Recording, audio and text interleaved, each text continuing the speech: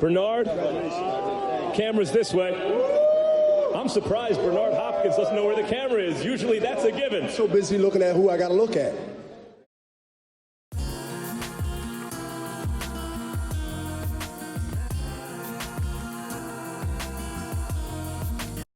How you doing, everyone? My name is Ryan and this is Ade. Welcome back to another edition of Boxtalk.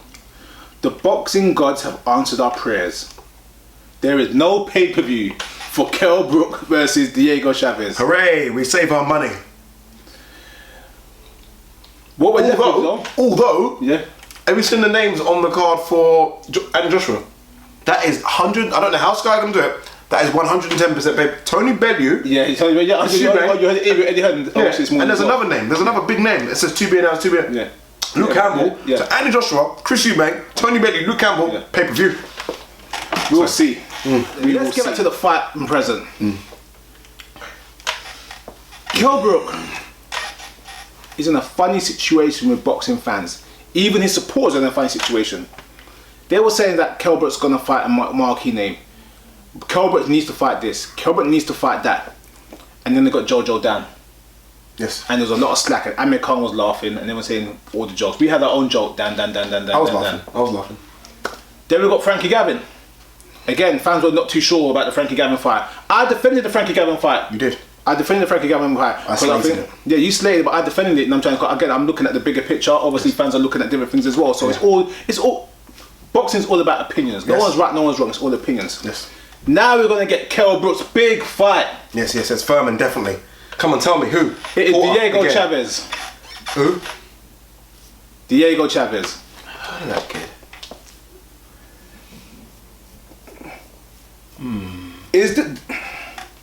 Is it time for the Amir Khan fans to say, guess what, Kell? You ain't really fighting no one? Or is this a fight that is legit for Kell Brook to say, guess what? I'm fighting a marquee name or a top fighter? Ade, answer that question. Let's be realistic about this, yeah? Kell Brook fans, sorry, Amir Khan fans right now are having a field day. I expect this video, I expect all Amir Khan fans to get out and be typing after this video. Are you seeing the message boards? Already, you know, come on.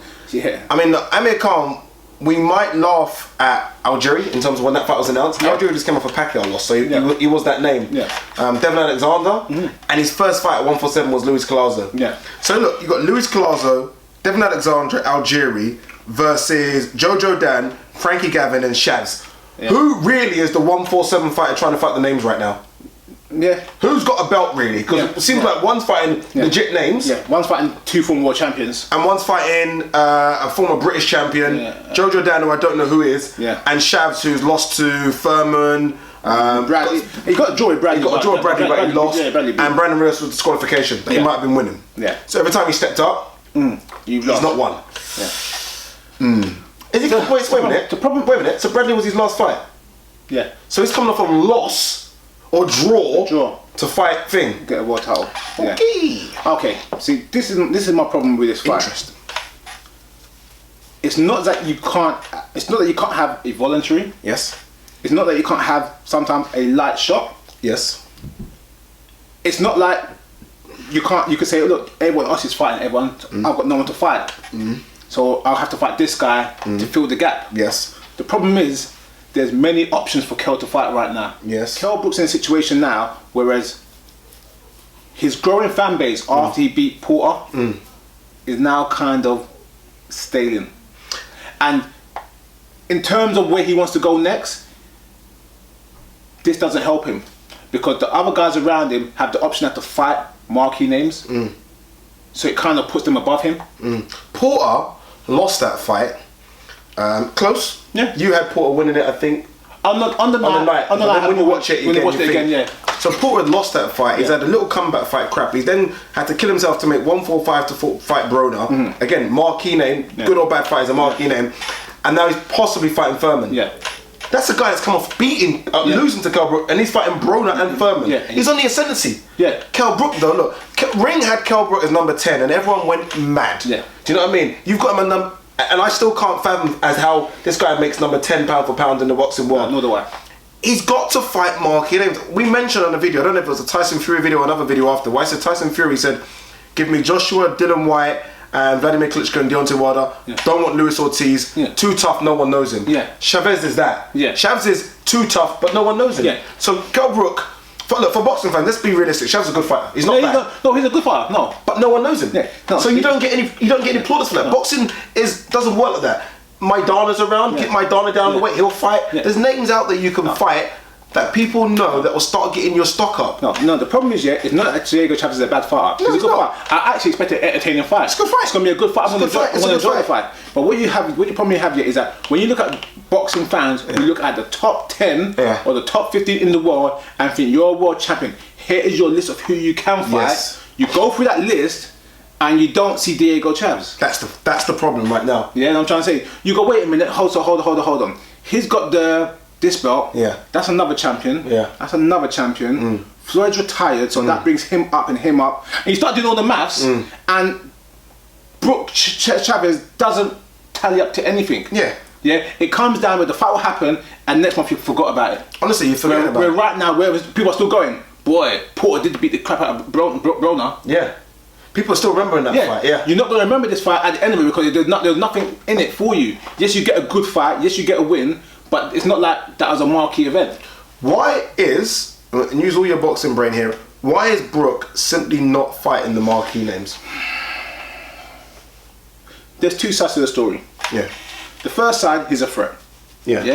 Undeniably talented, great composure, tremendous jab, good power with his lead hand and with his backhand.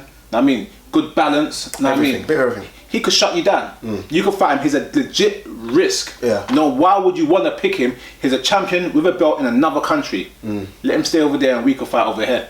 I mean, we've got PBC, he's got Eddie Hearn and Sky. We can't negotiate. So from a fighter perspective, you could say why you don't want to fight him.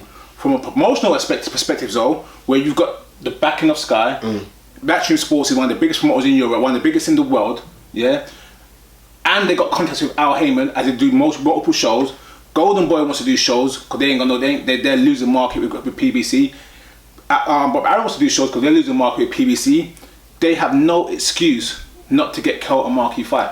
Are we going to have the same problem we had with Joe Calzaghe, where you're going to get Kell Brook, and the reason I say this is Kell Brook is nearly 40-0. Do you know that? And we're going to get the same situation where everyone's like, okay, Joe Calzaghe, you're 40-0, but you fought until we fought Kessler, really. No, until we fought Lacey. Until we fought Lacey, To be fair, everyone's like, oh, you finally fought someone that. Are we going to get that same situation where this guy could retire unbeaten, but he's not going to get the plaudits? Let me give you. Whereas Amir Khan's been beaten twice, but at least he's fought those people. Let me give you a good example, of 3 times. Sorry. Let me give you a good example of the Calzaghe syndrome.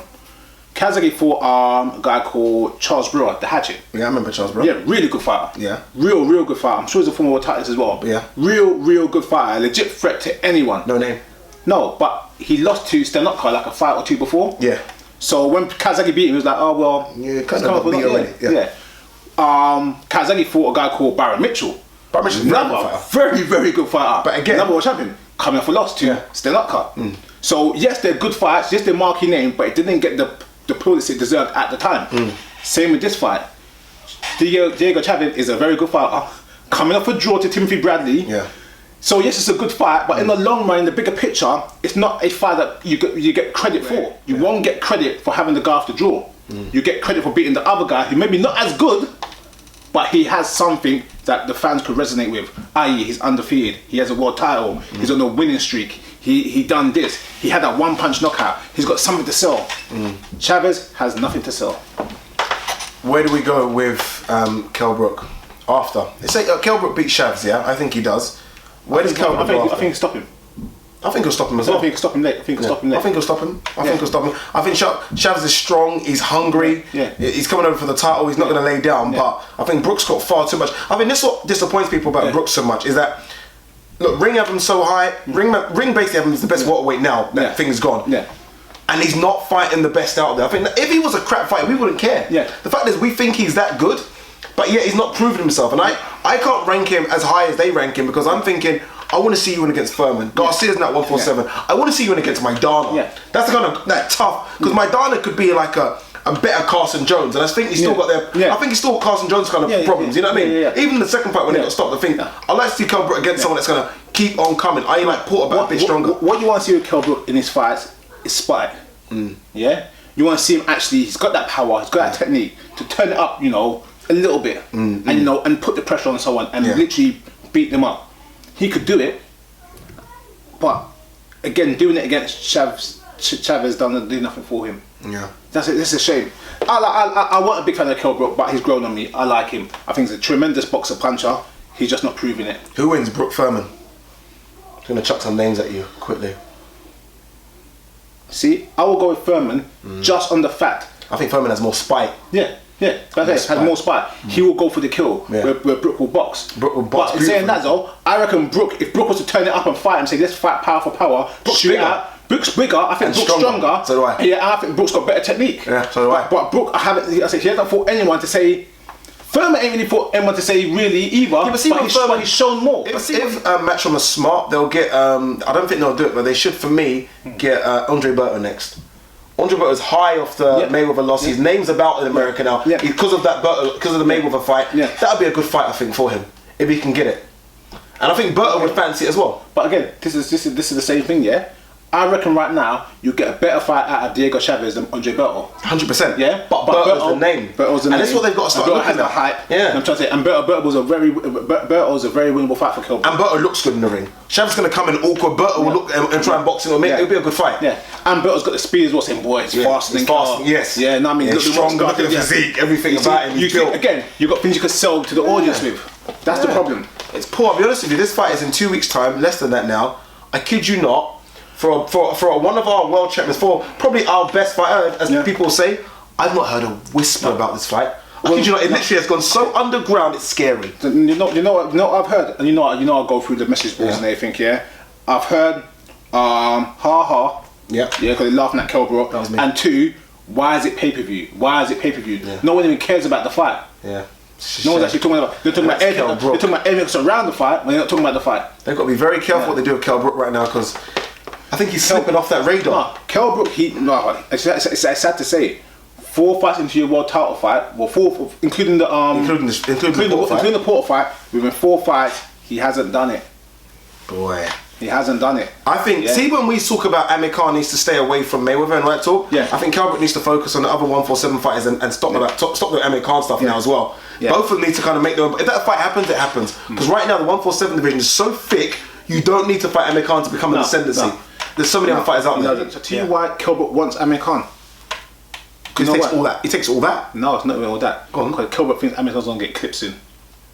I don't think Amir Khan. But clipped soon by who? Huh? By Porter or Furman. No, I don't think. Kell Brook wants to be the man to clip him. That's the reason why. Yeah. Remember, Amir Khan's in the same division. Got his whole PBC world, his whole Al Heyman show. Those are the top guys in the division right now. I think. And Porter style is disaster for Amir Khan. I think Khan beats Brook. Yeah, I think Khan beats Brook. I'm just saying. I'm saying. Porter style is disaster for Amir Khan, and Furman's got the power to, like I said, to clip him. Kell wants to be the first to clip him. That's why Kell keeps going for him. I think Khan beats Brook though. I think Khan beats Furman. Not high on Furman at all. You're so high on Furman. I don't know why. But there you go, guys. That's another video. See, Ryan's doing this like, well, we got to stop the video, but that's another video. That's just my turn. I think Khan beats Brook. I think Khan beats Furman. You see, you carrying on. No, I'm saying. I think Khan beats them. That's it. Why you carrying on? End the video. All right, end the video. Tweet, subscribe, the usual. Cheers.